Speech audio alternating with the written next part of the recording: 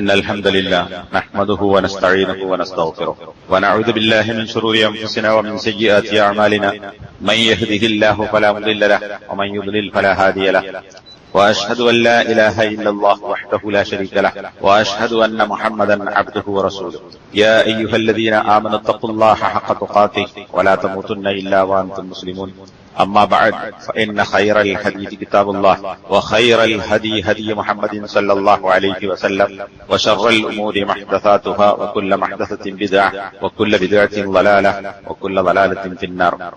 സഹോദരന്മാരെ, Sheikh Muhammad bin Abdul വഹാബിന്റെ കശ്ഫ് ശുബ്ഹാത്ത് എന്ന് പറയുന്ന പുസ്തകമാണ് അതിന്റെ ചില പണ്ഡിതന്മാരുടെ വിശദീകരണത്തോടുകൂടി നാം വായിച്ചുകൊണ്ടിരിക്കുന്നത്.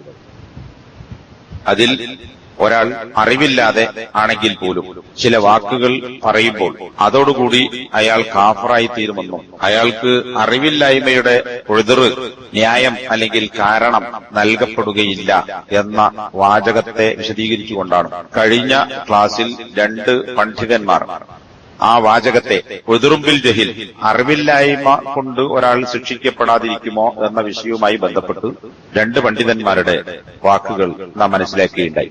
ഇതേ വാചകത്തെ സംബന്ധിച്ച് Sheikh Muhammad bin Salih al Uthaymeen അദ്ദേഹത്തിന്റെ ഷെയ്ഖ് അബ്ദുൽ വഹാബിന്റെ നമ്മൾ വായിച്ചുകൊണ്ടിരിക്കുന്ന കശ്ഫ് ശുബ്ഹാത്ത് എന്ന് പറയുന്ന പുസ്തകത്തിന്റെ വിശദീകരണത്തിൽ ഷെയ്ഖ് ഉസൈമീൻ പറയാൻ തഅലീഖുനാ അലാ ഹാദിഹിൽ ജുംല മിൻ കലാമിൽ മുഅല്ലിഫി റഹിമഹുല്ലാ, ഈ ഗ്രന്ഥകർത്താവായ അതായത് മുഹമ്മദ് ബിൻ അബ്ദുൽ വഹാബിന്റെ സംസാരത്തിലുള്ള ഈ വാചകത്തെക്കുറിച്ച് നമുക്ക് പറയാനുള്ള അഭിപ്രായം, തഅലീഖ് അനുബന്ധം, അതായത് ഒരാൾ കുഫ്റിന്റെ ഒരു വാക്ക് പറഞ്ഞാൽ അതുകൊണ്ട് അയാൾ കാഫറായി തീരും, അയാൾ അറിവില്ലാതെയാണ് പറഞ്ഞത് എങ്കിൽ പോലും, ഇതാണ് ഇവിടുത്തെ വാചകം, അങ്ങനെയുള്ള ആൾക്ക് ഉദ്ർ നൽകപ്പെടുകയില്ല, അറിവില്ലായ്മയുടെ ആനുകൂല്യം നൽകപ്പെടുകയില്ല എന്ന ഷെയ്ഖ് മുഹമ്മദ് അബ്ദുൽ വഹാബിന്റെ വാചകത്തെക്കുറിച്ച് ഷെയ്ഖ് ഇബ്നുൽ ഉസൈമീൻ പറയാൻ ലാ അദുന്നു ഷെയ്ഖ് റഹിമഹുല്ലാ ലാ യറൽ ഉദ്ര ബിൽ ജഹിൽ അല്ലാഹുമ്മ ഇല്ലാ അൻ യകൂന മിൻഹു تفريط بترك التعلم مثل أن يسمع بالحق فلا يلتفت إليه ولا يتعلم فهذا لا يعذر بالجهل.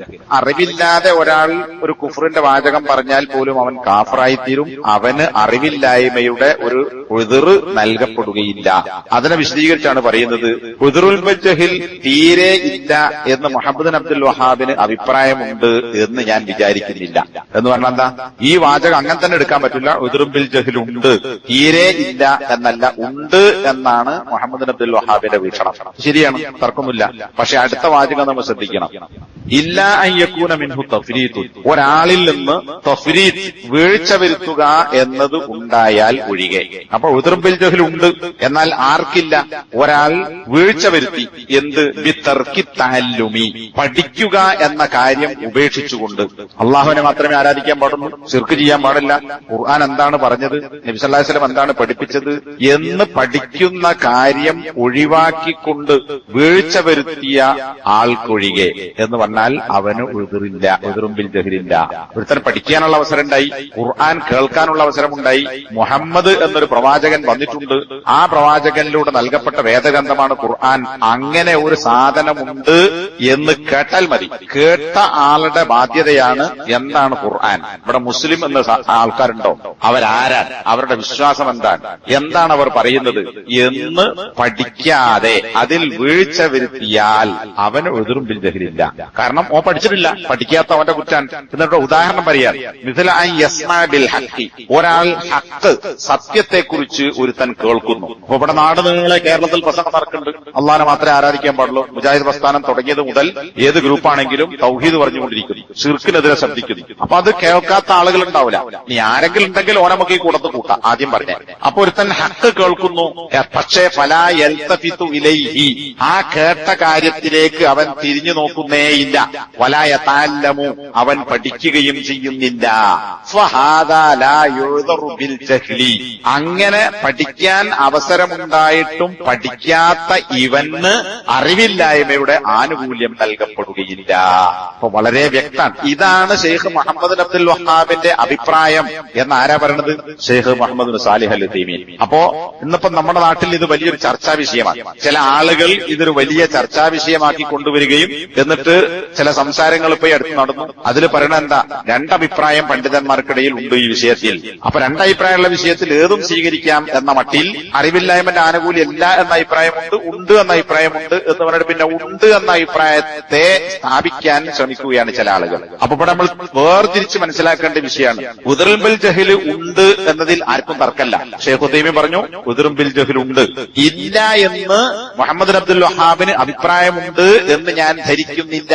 നമ്മൾ മനസ്സിലാക്കണതാണ് ഉദ്റുൻ ബിൽ ജഹ്ൽ ഉണ്ട്. പക്ഷെ ആർക്കാണുള്ളത് ആർക്കാണ് ഇല്ലാത്തത് അത് വേർതി മനസ്സിലാക്കണം. ഇന്നിപ്പോ ഇവിടെ ചില ആളുകൾ പറയുന്നത് നമ്മുടെ കേരളത്തിലുള്ള ജാറങ്ങളിൽ നിന്ന് എഴുന്നേറ്റ് പോരാത്ത അള്ളാഹു അല്ലാത്തവരെ ആരാധിച്ചുകൊണ്ടിരിക്കുന്ന സമസ്തയിൽപ്പെട്ട അത്തരം വിശ്വാസവും പ്രവർത്തനങ്ങളും വെച്ചു പുലർത്തുന്ന ആളുകൾക്കൊക്കെ അറിവില്ലായ്മയുടെ ആനുകൂല്യമുണ്ട്. കാരണം ഇവർക്ക് വിവരമില്ലാത്തതുകൊണ്ടാണ്. വിവരമില്ലാത്തവൻ ചെയ്താൽ അവനത് ശിർക്കാണ് എന്ന് പറയാമെങ്കിലും അവൻ മുശ്രിക്കാണെന്ന് പറയാൻ പറ്റൂല. അതുകൊണ്ട് അവരെയൊക്കെ മുസ്ലിങ്ങളായി കൂട്ടണം, അവരുടെ പിന്നിൽ പോയി നമസ്കരിക്കണം, അവർ മരിച്ചാൽ അവർക്ക് വേണ്ടി ജനാസ നമസ്കരിക്കണം, അവരറുത്തത് തിന്നാം, അവർക്ക് കെട്ടിച്ചു കൊടുക്കാം, ഇങ്ങോട്ട് കെട്ടിക്കൊണ്ടുവരാം, ഒരു വ്യത്യാസം വരുത്തേണ്ടില്ല. കാരണം ഒരു വിവരമില്ലാത്തവൻ ചെയ്താണ്. അപ്പൊ വിവരമില്ലാത്തതിന്റെ ആനുകൂല്യം അവർക്ക് കൊടുക്കണം, അതുകൊണ്ട് അവരെയും മുസ്ലിങ്ങളായി പരിഗണിക്കണം എന്നാണ് ഒരു കൂട്ടം ആളുകൾ വാദിച്ചുകൊണ്ടിരിക്കുന്നത്. പക്ഷേ ഈ വാദം പറയുകയും അതിനുവേണ്ടി പരിപാടികൾ സംഘടിപ്പിക്കുകയും ചെയ്യുന്ന ആളുകൾ യഥാർത്ഥത്തിൽ വസ്തുത മനസ്സിലാക്കാതിരിക്കുകയോ മനഃപൂർവ്വം ആളുകളെ തെറ്റിദ്ധരിപ്പിച്ച് പിഴപ്പിക്കുകയോ ചെയ്യുന്നു എന്നതാണ് നമുക്ക് മനസ്സിലായത്. കാരണം ഇവിടെ വ്യക്തതാണ് അയ്യകൂന മിൻഹു തഫ്രീതുൻ ബിതർക്കി തഅല്ലുമി മിസ്ലായി യസ്മാ ബിൽ ഹഖി ഫലാ യൽതഫിതു ഇലൈഹി വലാ യതഅല്ലം. ഇപ്പൊ കേരളത്തിൽ ഒരുപാട് പരിപാടികൾ, സമ്മേളനങ്ങളായാലും പൊതുപരിപാടികളായാലും ക്യാമ്പുകളായാലും ലേഖനങ്ങളായാലും മാസികകളിലൂടെ എഴുതുന്ന പരിപാടികളായാലും ഒട്ടുമിക്ക ഖുതുബകളിൽ പോലും വെള്ളിയാഴ്ചകളിൽ, അതുപോലെ ഇന്നിപ്പോ എവിടെയും പോയി കേൾക്കേണ്ട കാര്യമല്ല, ഈ സോഷ്യൽ മീഡിയയിൽ വാട്സാപ്പും അതുപോലെ തന്നെ ടെലിഗ്രാം ഇങ്ങനെയുള്ള മീഡിയകളിലൂടെ നിരന്തരം തൗഹീദിന്റെ സംസാരങ്ങൾ ലോകത്ത് പ്രചരിച്ചുകൊണ്ടിരിക്കുന്നു. ഏത് ഭാഷയിലും തൗഹീദിന്റെ ശബ്ദമുണ്ട്. പക്ഷേ ഇങ്ങനെ ഉണ്ട് എന്നറിഞ്ഞിട്ടും ഇനി കേട്ടിട്ടും അത് തിരിഞ്ഞു നോക്കുകയോ പഠിക്കാതെയോ പോകുന്ന ആളുകളാണ് ഇവിടെ ഭൂരിപക്ഷ ആളുകൾ. അതല്ലാതെ അള്ളാഹുവിനെ മാത്രമേ ആരാധിക്കാവൂ എന്ന് പറയുന്ന ഒരു കൂട്ടർ ഇവിടെയുണ്ട്, അല്ലെങ്കിൽ ലോകത്തുണ്ട് എന്നറിയാത്ത ഏത് മനുഷ്യനാണുള്ളത്? അങ്ങനെ കേൾക്കുകയും എന്നിട്ട് അത് പഠിക്കാൻ ശ്രമിക്കുന്നില്ല എങ്കിൽ അവന് അറിവില്ലായ്മയുടെ ആനുകൂല്യം കിട്ടുകയില്ല. കാരണം എന്താ? ഓൻ വീഴ്ച വരുത്തി. ഇവിടെ ഉപയോഗിച്ച വാക്കതാ തഫ്രീതുൻ ബിതർക്കി തഅല്ലും. ഫറത എന്നാൽ വീഴ്ച വരുത്തുക എന്നാൽ പഠിക്കുന്ന കാര്യത്തെ ഉപേക്ഷിച്ച് വീഴ്ച വരുത്തുക. അപ്പോ പഠിക്കാൻ വരൂ എന്ന് ക്ഷണിക്കുന്നു, പരിപാടികൾ നടത്തുന്നു, ഒരു മുടക്കൂല്ലാതെ കേൾക്കാൻ സാധിക്കുന്നു, എന്നിട്ട് അതിലേക്ക് തിരിഞ്ഞു നോക്കാത്ത, തൗഹീദിന്റെ ആയത്തുകളെ ശിർക്കിനു വേണ്ടി ന്യായീകരിക്കുന്ന, അള്ളാഹുവിന്റെ ഭവനങ്ങളിലേക്ക് പോകുന്നതിന് പകരം ജാറങ്ങളിലേക്ക് കൊണ്ടുപോകുന്ന ആളുകൾക്ക് എങ്ങനെയാണ് ഈ ആനുകൂല്യം ഉണ്ടെന്ന് പറയുക?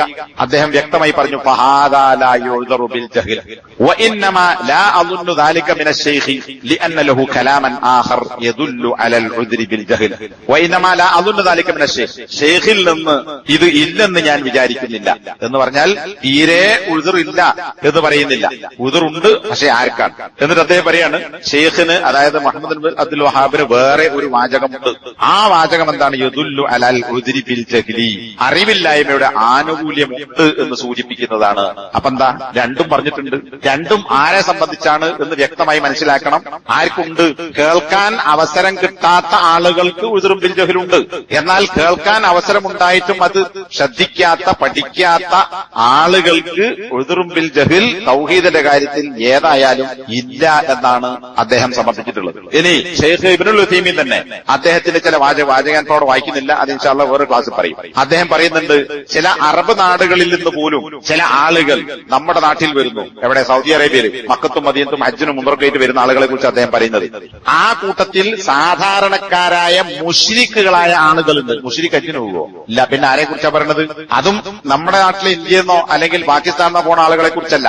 അറബ് നാടുകളിൽപ്പെട്ട അറബികളായ മുസ്ലിങ്ങൾ.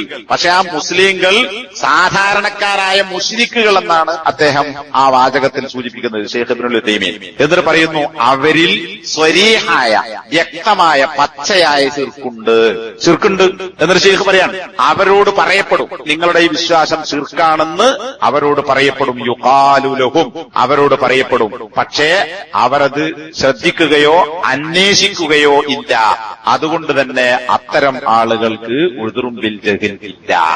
അപ്പോ മുഹമ്മദുൽ വഹാബിന്റെ അഭിപ്രായം ഇന്നതാണ് എന്ന് പറഞ്ഞ ശൈഖ് ഇബ്നുൽ ഉതൈമീൻ തന്റെ വീക്ഷണം ഇതുതന്നെയാണ് എന്ന് മറ്റൊരു സ്ഥലത്ത് അദ്ദേഹത്തിന്റെ ഖുർആൻ തഫ്സീറിൽ അദ്ദേഹം വിശദീകരിച്ചിട്ടുണ്ട്. അപ്പൊ എന്ത് മനസ്സിലായി? ഒരാളെ പറഞ്ഞിട്ട് മനസ്സിലാക്കി അയാളെ കൊണ്ട് അംഗീകരിപ്പിക്കേണ്ടതുണ്ടോ? ഇല്ല. അത് കഴിഞ്ഞ ക്ലാസ്സിൽ നമ്മൾ പറഞ്ഞു, ഞാൻ പറഞ്ഞല്ല, പണ്ഡിതന്റെ വീക്ഷണം വെച്ച് പറഞ്ഞു. തെളിവ് ഒരാൾക്ക് അറിയിച്ചു കൊടുക്കുക എന്നുള്ളത് ഒരു വിഷയമാണ്. ഇതൊരു വലിയ പറയുന്ന തെളിവാണ്, അത്ര മനസ്സിലായാൽ മതി. പിന്നെയോ ആ തെളിവ് മനസ്സിലാക്കി അത് ഉൾക്കൊള്ളുക എന്നുള്ളത് വേറൊരു വിഷയമാണ്. അപ്പൊ നമ്മൾ ആളുകൾക്ക് പറഞ്ഞെടുത്താൽ മതി. കാരണം മുഹമ്മദ് സാലിഹ് ഇബ്നുൽ ഉതൈമീന്റെ ആ വാചകത്തിൽ അതാണുള്ളത്, യുഖാലു ലഹും, അവരോട് പറയപ്പെടും ഇത് ശിർക്കാണ്. ഓന് ബോധ്യപ്പെട്ടോ? ബോധ്യപ്പെടാതിരിക്കാം. ബോധ്യപ്പെട്ടാലില്ലെങ്കിലും ശരി, നിന്റെ വിശ്വാസവും പ്രവൃത്തിയും ശിർക്കാണ് എന്ന് പറഞ്ഞിട്ട് അതിനെക്കുറിച്ച് എന്താ ഇയാൾ ഇങ്ങനെ പറയാൻ എന്ന് അതിനെക്കുറിച്ച് അന്വേഷിക്കാതെ പോകുന്നവന് ഓന് ഹുജ്ജത്തെത്തിക്കഴിഞ്ഞു. ഇത് ശിർക്കാണ് എന്നൊരു വാക്ക് പറഞ്ഞ് കേട്ടു, അത് എന്തുകൊണ്ട് എന്നതിന്റെ ബാക്കി കാര്യം പഠിച്ചന്വേഷിച്ച് സ്വീകരിക്കേണ്ടത് അവന്റെ ബാധ്യതയാണ്. അവൻ അന്വേഷിക്കാൻ പോയില്ല. ഇവിടെ പറഞ്ഞതുപോലെ കേട്ട കാര്യത്തിലേക്ക് ശ്രദ്ധ കൊടുത്തില്ല, പഠിക്കാൻ പോയില്ല. അങ്ങനെയുള്ള ആളുകൾക്ക് ഉദ്റും ബിൽ ജഹൽ ഇല്ല. ഇത് ശൈഖ് ഉതൈമീൻ വളരെ വ്യക്തമായി അദ്ദേഹത്തിന്റെ തഫ്സീറിൽ രേഖപ്പെടുത്തിയിട്ടുണ്ട്. ഒരു വസ്വാസിനും ദുർവ്യാഖ്യാനങ്ങൾക്കും ആളുകളെ ഫസാദിലാക്കാനും യാതൊരു വകുപ്പുമില്ലാത്ത വിഷയമാണ് ഇത് എന്ന് പണ്ഡിതന്മാരുടെ വാക്കുകളിൽ നിന്ന് നമുക്ക് കൃത്യമായി മനസ്സിലാവും. ആർക്കാണുള്ളത്, ആർക്കാണില്ലാത്തത്. ഇത് വെച്ച് പരിശോധിച്ചാൽ നമ്മുടെ നാട്ടിലെ മലയാളികളായ ആളുകൾക്ക്, ഇവിടുത്തെ സമസ്തക്കാരനെ മാത്രമല്ല, മലയാളികളായ ആളുകൾക്ക് ഇവിടെ മുസ്ലിങ്ങളുണ്ട്. മുസ്ലിങ്ങളിൽ തന്നെ പല വിഭാഗങ്ങളുണ്ട്. അതിൽ മുജാഹിദുകൾ എന്ന് പറയുന്ന ഒരു വിഭാഗമുണ്ട് എന്ന് ഇവിടെയുള്ള എല്ലാ ജാതിക്കാർക്കും അറിയാം. ഇവരെന്താണ് പറയുന്നത്, എന്താണ് നമ്മളുടെ വ്യത്യാസം എന്ന് നമ്മളെക്കാൾ അറിയുന്ന ആളുകൾ മുസ്ലിങ്ങൾ അല്ലാത്ത ആളുകളുണ്ട്. എങ്കിൽ അവരും ബാങ്ക് കേൾക്കുന്നു, പള്ളികൾ കാണുന്നു. എന്താണ് ഈ ബാങ്കിൽ വിളിച്ചു പറയുന്നത്? ഇവർക്കറിയാം മുസ്ലിങ്ങളല്ലാത്ത മുസ്ലിങ്ങളെ ശക്തമായി എതിർക്കുന്ന നാട്ടിൽ നിന്ന് പോകണമെന്ന് പറയുന്ന ആളുകൾ പോലും അവരുടെ സംസാരത്തിൽ പറയുന്നത്, ഇവരെ പള്ളി എന്ന് പറയുന്നത് അള്ളാഹുവിനെ മാത്രമേ ആരാധിക്കാൻ പാടുള്ളൂ, അതുകൊണ്ട് ബാങ്ക് നിരോധിക്കണം എന്നാ. ഓന് മനസ്സിലായില്ലേ? ബാങ്കിന്റെ അർത്ഥം മനസ്സിലായിട്ടാണല്ലോ ഈ ബാങ്ക് നിരോധിക്കണമെന്ന് പറയുന്നത്. ഖുർആൻ മനസ്സിലായിട്ടാണല്ലോ ഖുർആൻ കണ്ടുകെട്ടണമെന്ന് പറയുന്നത്. അപ്പൊ എന്താ തിരിയായില്ല? തിരിഞ്ഞു. ഓന് പിന്നെ ഉദ്റും ബിൽ ജഹലുണ്ടോ? ഇല്ല. എന്നാൽ സൂപ്പർ സെലഫികൾ എന്ന് പറയുന്ന നമ്മുടെ കൂട്ടത്തിലുള്ള ചില ആളുകൾ നമ്മെക്കുറിച്ച് ഇത് പറയുമ്പോൾ നമ്മെക്കുറിച്ച് എന്താ പറയുന്നത്? ഇവര് ഹദ്ദാദികളാണ്, മുസ്ലിങ്ങളെ തൗഹീദുള്ളവരെ കാഫറാക്കുന്ന ഹദ്ദാദികൾ എന്നാണ്. ഇത് മുഹമ്മദുൽ വഹാബിനെ കുറിച്ചും അന്നത്തെ ഖുറാഫികൾ പറഞ്ഞിട്ടുണ്ട്. അറേബ്യയിലെ മുശ്രിക്കുകളായ മുസ്ലിങ്ങൾ എന്നറിയപ്പെടുന്ന മുശ്രിക്കുകൾ പറഞ്ഞ അതേ വാദമാണ് മുഹമ്മദുൽ വഹാബിന്റെ ഈ അഭിപ്രായം പറയുന്ന ആളുകളെ കുറിച്ച് സലഫികളാണെന്ന് അവകാശപ്പെടുന്ന ചില ആളുകൾ പറഞ്ഞുകൊണ്ടിരിക്കുന്നത്. ഹദ്ദാദികൾ. ഇപ്പൊ ഇന്നലെ മനിയാന്ന് ഈ അടുത്ത തൃശൂർ ജില്ലയിൽ അവിടെ നടന്ന ഒരു ക്ലാസിന്റെ ഒരു ക്യാപ്ഷൻ കൊടുത്തത് കണ്ടു. ഹദ്ദാദികൾ എന്നാ പ്രയോഗിച്ചത്. എന്നിട്ട് അവരുണ്ടാക്കുന്ന ഫിത്ന, അതിൽ രക്ഷപ്പെടാൻ ഈ ക്ലാസ് കേൾക്കുക. അപ്പൊ ആരാ ഹദ്ദാദി? ഫിത്ന എന്താ? അള്ളാഹു അല്ലാത്തവരെ വിളിച്ചു പ്രാർത്ഥിക്കുന്നത് ശിർക്കാണ്. അത് ശിർക്കാണെന്ന് കേട്ടിട്ടും അത് അംഗീകരിക്കാതെ ശിർക്കിൽ തന്നെ വിശ്വസിക്കുകയും പ്രവർത്തിക്കുകയും ചെയ്യുന്നവനും മുസ്ലിമാണെന്ന് പറയുന്നവരെ ഗണ്ണിക്കുന്നവനെ ഹദ്ദാദിയാക്കുന്നു. അപ്പൊ ആർക്കാ പിഴവ്? അങ്ങനെയാണെങ്കിൽ മുഹമ്മദ് നബി സല്ലല്ലാഹു അലൈഹി വസല്ലം ഒന്നാമത്തെ ഹദ്ദാദിയാണ്. കഴിഞ്ഞുപോയ സലഫുകളൊക്കെ ഹദ്ദാദികളാണ്. മുഹമ്മദ് അബ്ദുൽ വഹാബ് ഹദ്ദാദിയാണ് എന്ന് ആളുകൾക്ക് പറയോ? ഷെയ്ഖ് സാലിഹ് അൽ ഫൗസാൻ ഹദ്ദാദിയാണോ? Sheikh Muhammad Salih al Uthaymeen ഹദ്ദാദിയാണോ? അതുപോലെ തന്നെ ഷെയ്ഖ് റാജിഹി ഹദ്ദാദിയാണോ? ഇബ്നു ബാസ് ഹദ്ദാദിയാണോ? അങ്ങനെയാണ് ഇവരൊക്കെ ഹദ്ദാദിയാന്ന് പറയേണ്ടി വരും. കാരണം എന്താ? ബലവാദത്തെ എല്ലാവർക്കും ഉദ്റും ബിൽ ജഹലുണ്ട്. ആർക്കൊക്കെ?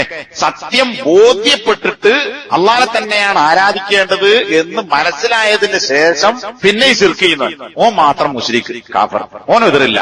അങ്ങനെ ആരുണ്ടാവുക? ഉണ്ടെങ്കിൽ വളരെ അപൂർവ ആളുകൾ ഉണ്ടാവും. എന്നാൽ ലോകത്തുള്ള മുസ്ലിങ്ങളെ നബിന്റെ കാലഘട്ടത്തിലുള്ള ആളുകളെ പരിശോധിച്ചാൽ മനസ്സിലാവാത്തവരാണ്, മനസ്സിലാക്കാൻ ശ്രമിക്കാത്തവരാണ്. അപ്പം മനസ്സിലാകുക എന്നുള്ളത് വേറെ വിഷയമാണ്, പറഞ്ഞ് വിവരം എത്തുക എന്നുള്ളത് വേറെ വിഷയമാണ്. അതുകൊണ്ടാണ് പണ്ഡിതന്മാർ വിശദീകരിച്ചത് മനസ്സിലാകുക എന്നുള്ളത് എങ്ങനെ?